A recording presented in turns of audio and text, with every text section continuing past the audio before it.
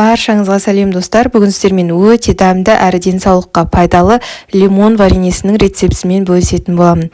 Жасалу жолы тіптен оңай. Видеоны соңына дейін көрсеңіздер, бәрін түсінесіздер және денсаулыққа қандай пайдасы бар, соның бәрін айтып өтетін боламын. Қажетті ингредиенттер: лимон мен шекер. Болды, басқа бізге артық зат керек емес. Лимонымызды жақсылап жуып тазартып аламыз. Көріп тұрғандарыңыздай мен 5 лимоннан жасадым. Әркім өзі біледі. Үйдегі адам санына қарай жасайсыздар, жейтін адам санына қарай жасайтын боласыздар. 1 лимонға 100 грамм шекерден есептелінеді. Солайша өздеріңіз үйдегі адам санына қарай жасай бересіздер. Лимондарыңызды тазалап жуып алған соң, барлығын осылай дәл видеодағыдай кесіп, ішіндегі дәнектерін алып тастайтын боламыз. Достар, менің каналыма егерде әлі күнге дейін тіркелмеген болсаңыздар, тіркеліп қоюға кеңес беремін. Апта сайын жаңа рецептілерді шығарып отыратын боламын, және ерекше рецепттерді іздесеңіз менің каналымнан табыласыз. Неше түрлі дәмді тағамдар, торттар, кешкі астар, барлығын көре аласыздар. Неше түрлі пирожныйлар бар. Идеяларды қарап көрсеңіздер болады. Сіздер осылайша қазақша контенттің дамуына үлес қоса аласыздар, және достарыңызбен бөлісіп қоюды ұмытпаңыздар. Жуып тазалап турап алған, дайындап алған лимонымызды енді блендерден өткізетін боламыз. Блендер жоқ болса мясорубкада жарай береді. Қол мясорубка болсын, электрический, қайсысы болса да жарай береді.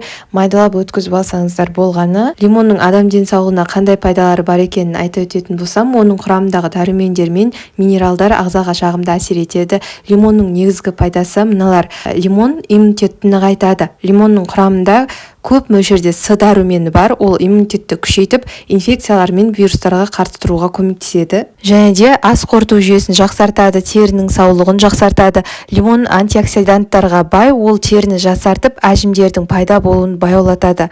Жүрек қан тамырларының саулығы: лимон құрамындағы калий қан қысымын реттеуге және жүрек жұмысын жақсартуға көмектеседі. Лимонның бактерияларға қарсы қасиеттері бар, сондықтан оны тамақтану, улану кезінде немесе жараларды тазарту үшін қолдануға болады. Салмақты реттеуге де көмектеседі. Алайда лимонды шамадан тыс қолданып қоятын болсаңыздар, асқазанның қышқылдылығын арттыруы мүмкін, сондықтан оны мөлшермен тұтынған жөн. Енді рецептімізге оралатын болсақ, лимондардың бәрін жақсылап блендерден өткіздім.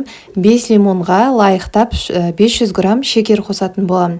Осылай шекерді барлығын бірден салып, осылай сыйымды бір ыдысымызға салып аламыз да, жақсылап толықтай араластырып алатын боламыз.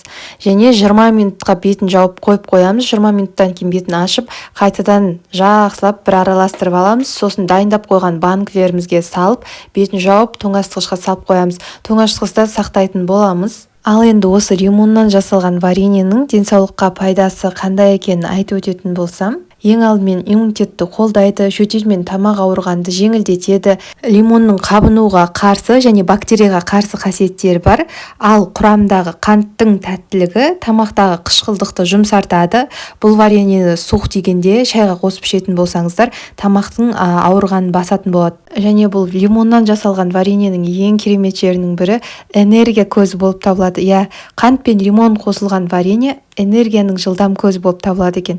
Ол шаршағанды басып, сізге күш-қуат береді. Ас қорытуыңызға көмектеседі. Лимон шырыны мен қабығы ас қорыту жүйеңізді жақсартып, оған жақсы ықпал етеді. Варенье түрінде де асқазанға жеңіл әсер етеді. Және де денеңізді тазартуға ықпал етеді. Лимонның құрамындағы антиоксиданттар ағзаны токсиндерден тазартуға көмектеседі. Тіпті варенье түрінде де бұл қасиетін жартылай сақтайды. Терінің саулығына әсер етеді. Лимонның антиоксиданттық қасиеті терінің саулығына жағымды әсер етіп, қартаю процесіңізді баяулатуы мүмкін. Лимонның осыншалықты ағзаңызға пайдасын біле тұра, бұл вареньені жасамау тіптен болмайтын сияқты. Міндетті түрде жасап көріңіздер. Видеоны соңына дейін қарап шыққандарыңызға көп рахмет. Сіздермен бірге болған Айтгүл.